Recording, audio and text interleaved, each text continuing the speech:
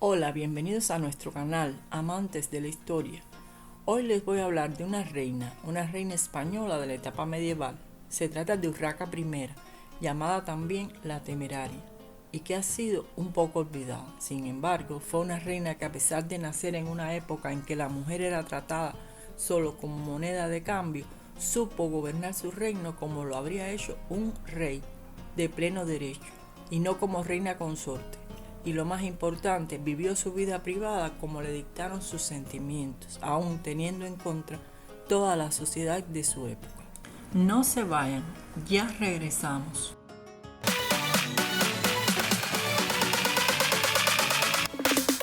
Urraca fue la primera hija de Alfonso VI y de su segunda mujer, Constanza de Borgoña. No se sabe exactamente la fecha en que se celebró la boda. El primer dato plenamente seguro a este respecto es que Alfonso y Constanza estaban casados el 8 de mayo de 1080. Esto permite suponer que el nacimiento de Urraca tuvo lugar en algún momento del año 1081. El primer fruto del nuevo matrimonio, rompiendo las ilusiones y esperanzas de Alfonso, no fue un hijo, sino una hija. Y por si fuera poco el disgusto, se constató que la reina no podría tener más descendencia. Urraca se vio obligada a enfrentar desde un principio a ser discriminada por ser mujer, de encarar la obsesión paterna por un hijo varón. Desde los primeros momentos de su vida, la primogénita legítima estuvo marcada por la contradicción entre el hecho de ser la heredera del trono de su padre y el deseo de éste de suplantarla por un vástago varón. Carente de legítima descendencia masculina, no dudó Alfonso VI en convertir en heredero del trono al fruto de sus relaciones con la princesa musulmana Zaida, hija de un rey taifa.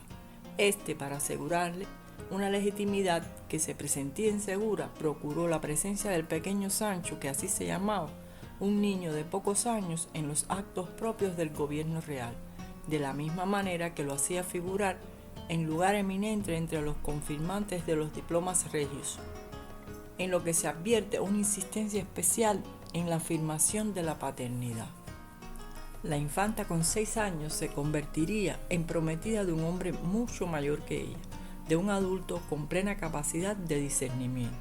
Nada le fue preguntado o requerido ante decisiones que la afectaban grave y directamente, que se tomaban en un entramado de intereses en el que el papel de Urraca se limitaba al de pieza de intercambio, una pieza valiosa, porque en el momento de las concertaciones matrimoniales tenía asociado el trono de León. El año 1093 es un año significativo en la vida de la infanta. Sería durante este año que tendría lugar acontecimientos que marcarían su vida: la muerte de su madre, la reina Constanza, el nacimiento de su medio hermano Sancho y su casamiento. Urraca estaba por cumplir 12 años. Se suponía que estaba en condiciones fisiológicas de procrear, por tanto podía acceder al matrimonio, el cual, según documentos encontrados, ocurrió el 22 de febrero de 1093. Se uniría en matrimonio con Raimundo de Borgoña, conde de Borgoña, el cual tendría a la sazón 23 años. Se supone que Alfonso VI le entrega a su hija en matrimonio como una especie de recompensa por el apoyo que había tenido por parte de este en sus campañas militares. La infanta es utilizada como moneda de cambio, cosa muy frecuente en diversos periodos históricos. Alfonso VI también le entrega el gobierno de Galicia, el cual divide entre Raimundo y Enrique de Borgoña, sobrino de su esposa Constanza, al que casaría con su otra hija Teresa Alfonsés, la cual era hija de Jimena de Muñoz, con la cual había mantenido una relación de concubinato. Las expectativas políticas de la heredera cambiaban radicalmente. De heredera al trono de León, Urraca pasaba a ser condesa consorte de Galicia, de modo que el tránsito de la tutoría paterna a la tutoría del marido era acompañado de un notable descenso del estatus personal. Cumpliendo el papel que la sociedad le asignaba, Urraca, tras la boda con Raimundo, dejó de ser niña y se convirtió pronto en madre. De su matrimonio con Raimundo nacieron 2 hijos, Sancha y Alfonso. Alfonso, después de Urraca, estaría destinado a sucederlo. En 1107 fallece el conde Raimundo. Se piensa que Urraca acompañó el cadáver de su marido a Santiago de Compostela, en cuya catedral este fue inhumado, y que permaneció en Galicia probablemente con el fin de asegurarse el dominio de esta localidad. Urraca mantendría el señorío de Galicia a condición de permanecer soltera. En caso de casarse nuevamente, el gobierno de la región pasaría a su hijo Alfonso. Urraca pasaría a convertirse en firme candidata a hacerse al trono, toda vez que los 5 matrimonios legales de Alfonso VI no habían deparado un heredero varón. Sin embargo, hasta el último momento Alfonso VI estuvo tentado de nombrar heredero al infante Sancho, pero el infante Sancho fallecería siendo un niño. Se sabe que contaba alrededor de 14 años. El 29 de mayo de 1108, durante la batalla de Euclés contra los almorávides, Alfonso no participaría en esta batalla por encontrarse convaleciente de una herida sufrida en batalla, y el infante Sancho se colocó al frente de las tropas, lo cual lo llevaría a la muerte. El dolor de esta muerte aceleró la propia de Alfonso VI, acontecida al año siguiente, y volvía a desordenársele la política leonesa. La vida volvería a colocar a Urraca como la legítima heredera del trono. Roto definitivamente el sueño del heredero varón, Alfonso VI reconocía antes de morir los derechos de su hija. El rey muere el 1 de julio de 1109. El primer acto del reinado de Urraca fue la presidencia de las honras fúnebres de su padre. Ordenó el traslado del cadáver al monasterio de Sahagún, donde fue enterrado junto a la reina Constanza de Borgoña, la madre de Urraca. Pero antes de morir ya había arreglado el matrimonio de Urraca con Alfonso de Aragón, cosa que no agradó a la nobleza castellana leonesa, que habían escogido al conde de Candespina Gómez González, poderoso señor feudal de Castilla. La ceremonia se celebraría en el castillo de Monzón de Campos. Antes del fallecimiento de Alfonso VI en 1109, y Alfonso se convertiría en monarca de Aragón, de Navarra y ahora rey consorte de Castilla. Garantía de un pacto político. El pacto se expresó en los capítulos matrimoniales que Urraca y Alfonso firmaron en diciembre de 1109, poco después de la boda. El rey aragonés cedió a su esposo en concepto de arras, castillos, plazas, fuertes y dominios que le pertenecían en todo su reino, junto con la dependencia y fidelidad de palabra y de obra de los hombres a quienes había concedido algún honor. La donación de Urraca era más genérica. Cedía a su esposo toda la tierra poblada o desierta que había pertenecido a su padre Alfonso VI, junto con la fidelidad de cuantos poseían tenencias en su nombre.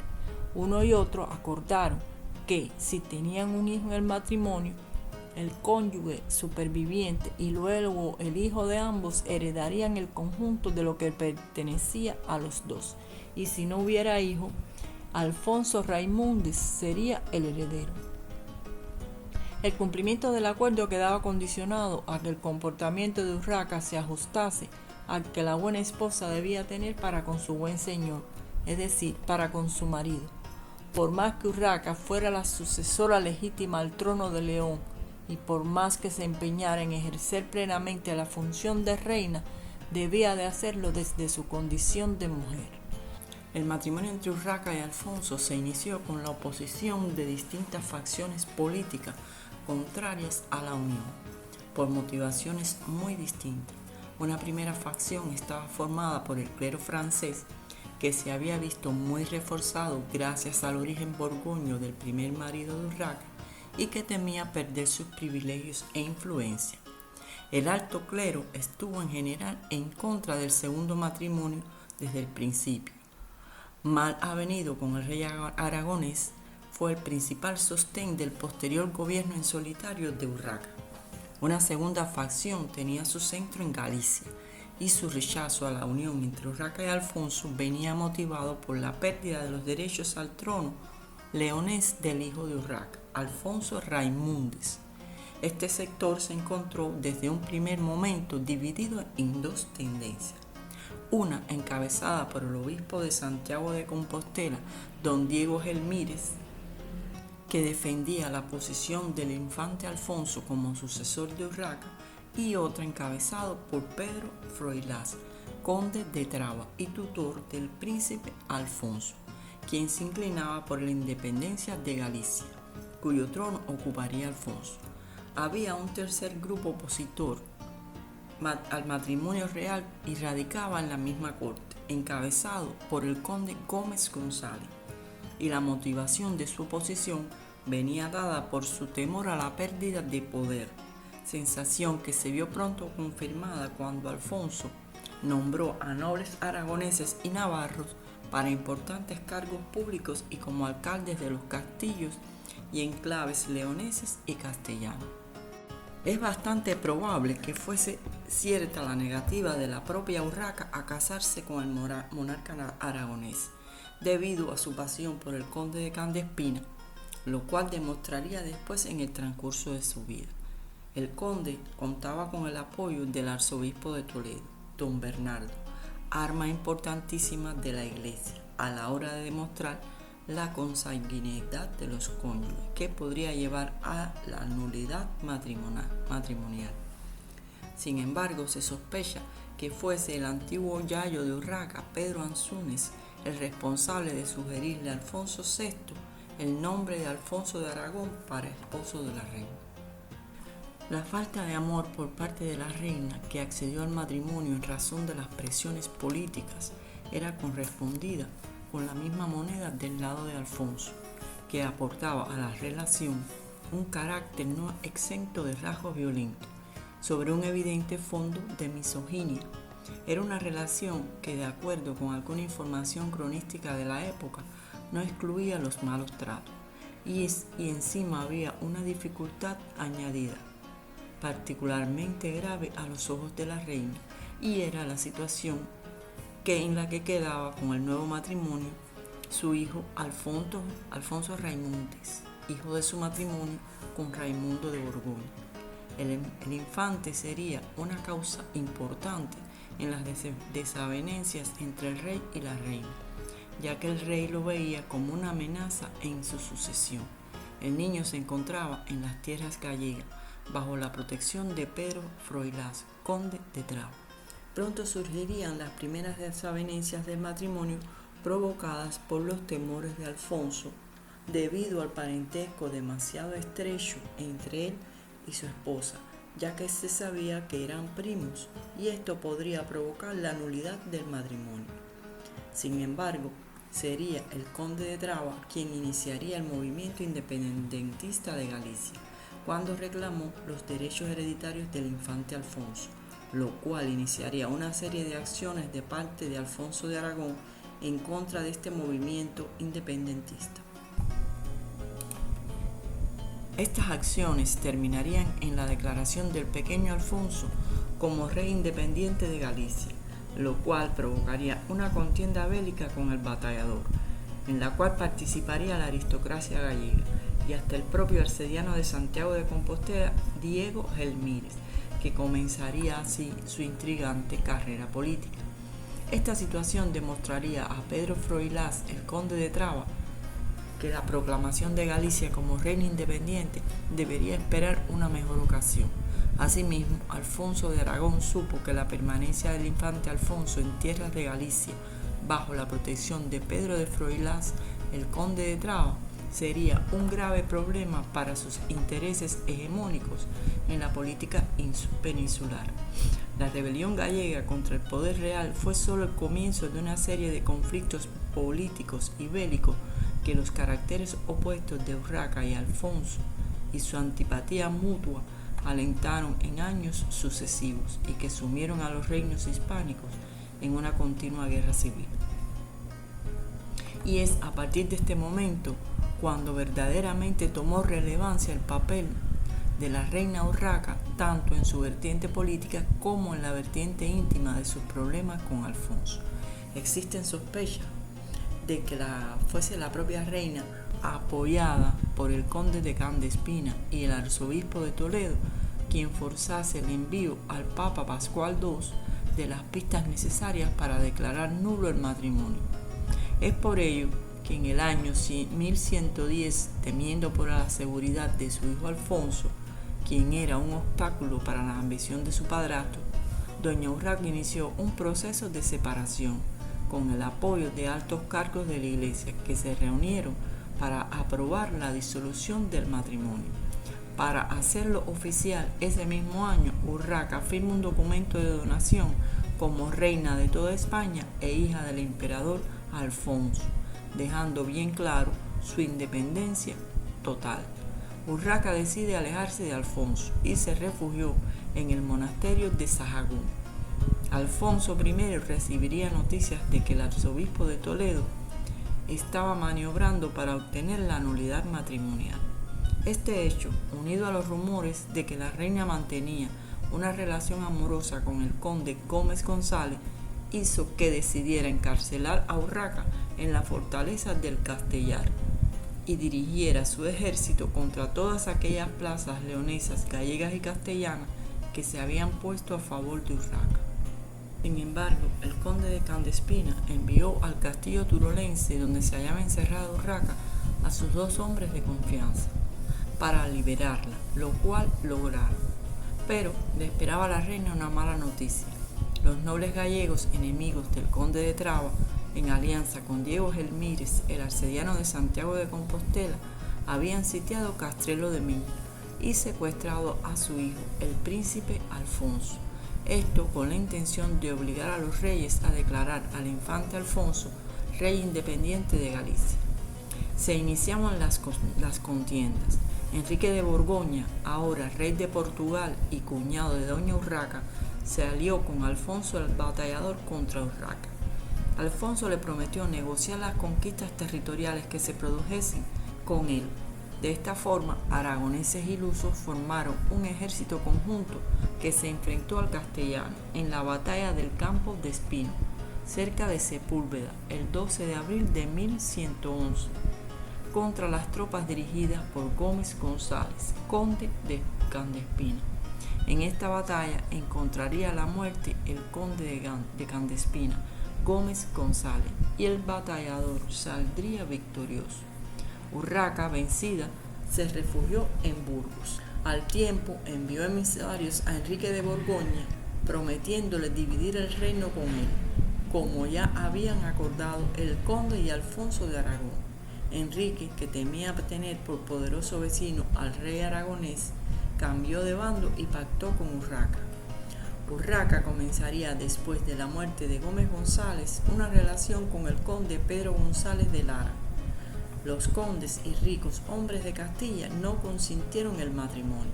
Sin embargo, las 59 apariciones del nombre del conde Pedro González de Lara en los documentos reales demuestran la relación de la reina con este noble castellano y su presencia continuada junto a Urraca. Fruto de esa relación, tuvo 2 hijos, Fernando y Elvira.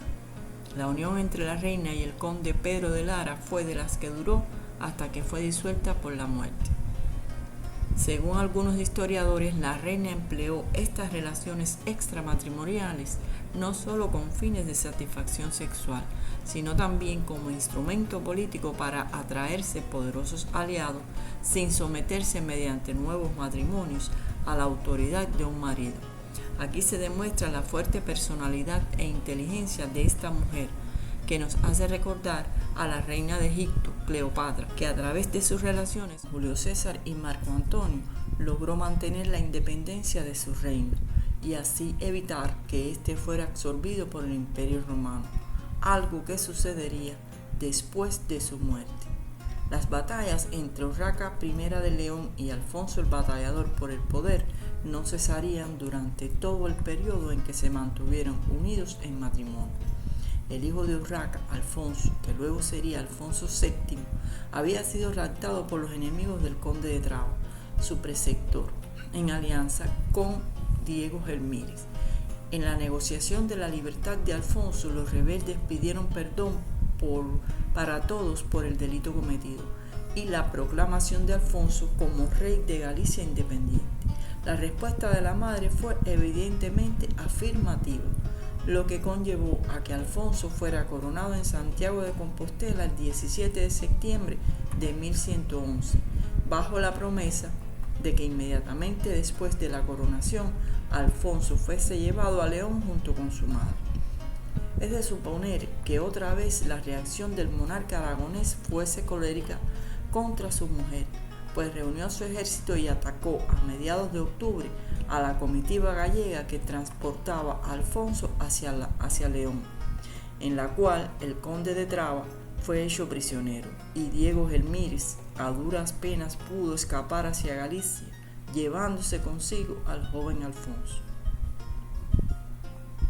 La coronación de Alfonso como monarca galaico produjo una nueva separación entre Urraca y el batallador, lo que encendería de nuevo la mecha de la guerra civil. Para entonces el conde don Pedro se había convertido en una fuerte influencia junto a Urraca. Al fin, hacia la primavera de 1112, Urraca pudo reunirse con su hijo en Galicia, donde también recibió apoyo, subsidios y tropas para enfrentarse a su esposo, que cegado por la ira cometió toda clase de tropelías en Castilla. En aquel momento, los consejeros de ambos monarcas acordaron una nueva tregua, basada en una nueva reconciliación de los beligerantes cónyuges que se llevó a efecto en el invierno de 1112. La reina Urraca, acompañada de su esposo, viajó hacia Zaragoza para compartir los tesoros de la recientemente conquistada ciudad del Ebro, pero apenas permaneció unos meses. Las desavenencias entre ella y su esposo eran insufribles. Todo ello a pesar de la llegada de un legado pontificio, el abad de Chiusi, quien intentó poner un poco de orden en una de las más insólitas parejas de la historia europea. Entretanto, en Castilla la guerra continuaba y con buenas noticias para la reina. Las tropas que permanecían leales a su causa, dirigidas por Pedro de Lara, se habían hecho con el control de Sahagún, Carrión y Burgos, pero Urraca era plenamente consciente de que dichas conquistas solo obedecían a que su todavía marido se hallaba más preocupado de la situación en Aragón, y por ello decide recurrir a una carta que no había jugado todavía, la del poderoso Diego Gelmírez. La reina se entrevistó con Gelmírez en mayo de 1113 y en ella el taimado Gelmírez pidió lo que más deseaba, que la diócesis compostelana se convirtiese en un arzobispado y que naturalmente él ocupase el puesto de arzobispo. La reina Urraca le prometió ambas cosas a cambio de ayuda militar, lo que significó la espoleta para un nuevo enfrentamiento entre ella y Alfonso de Aragón.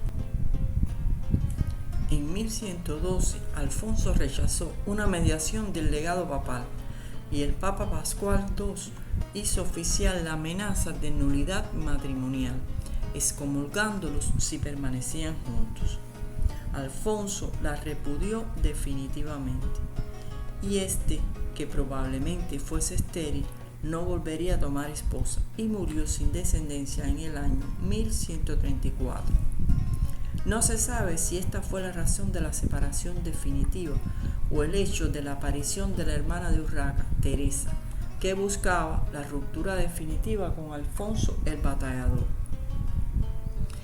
Se reunió con Alfonso y le informó que su hermana Urraca planeaba envenenarlo y hacerse con todos sus estados.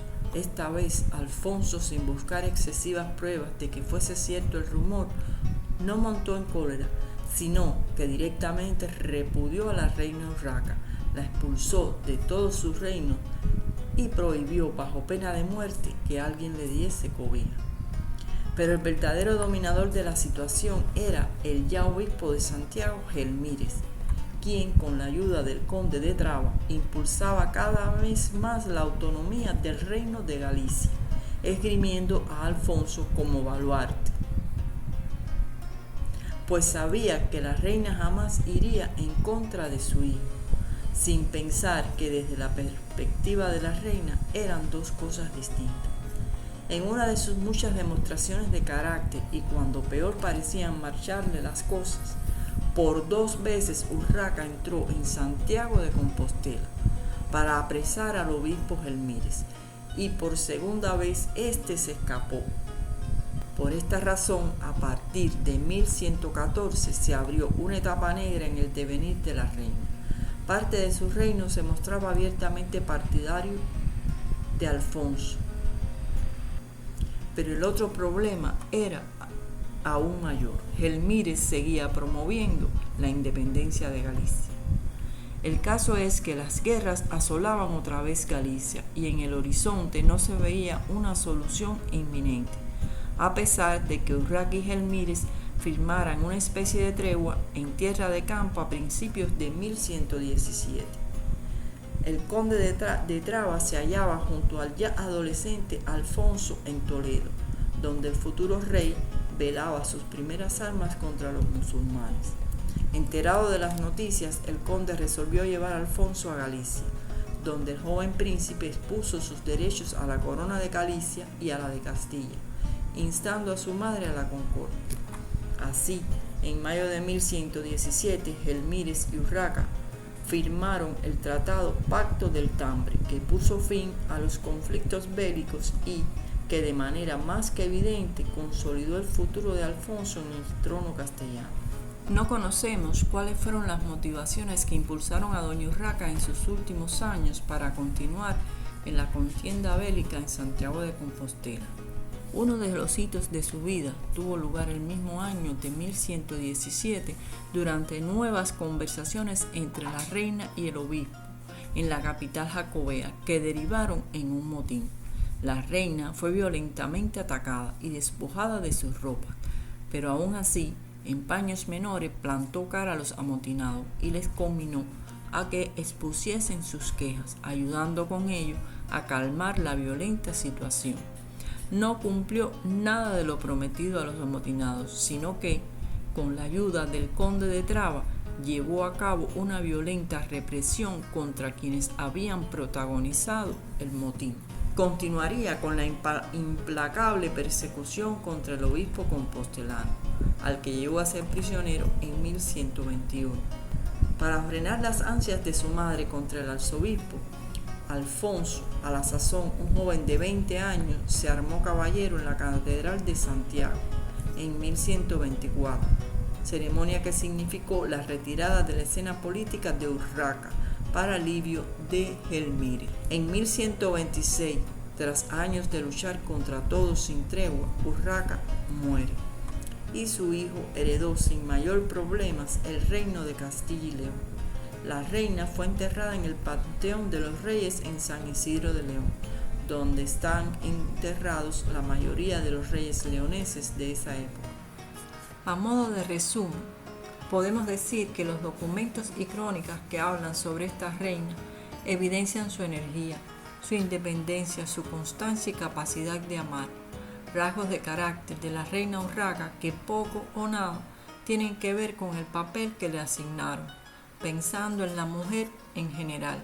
Hace poco tiempo, en el año 2022, la presidenta de la Comunidad Autonómica de Madrid, España, Isabel Díaz Ayuso, en visita a León, en una intervención ante los leoneses, calificaría a la reina Urraca de ser una mujer valiente e indómita, dándole visibilidad a una reina que por su condición de mujer ha sido invisibilizada durante mucho tiempo.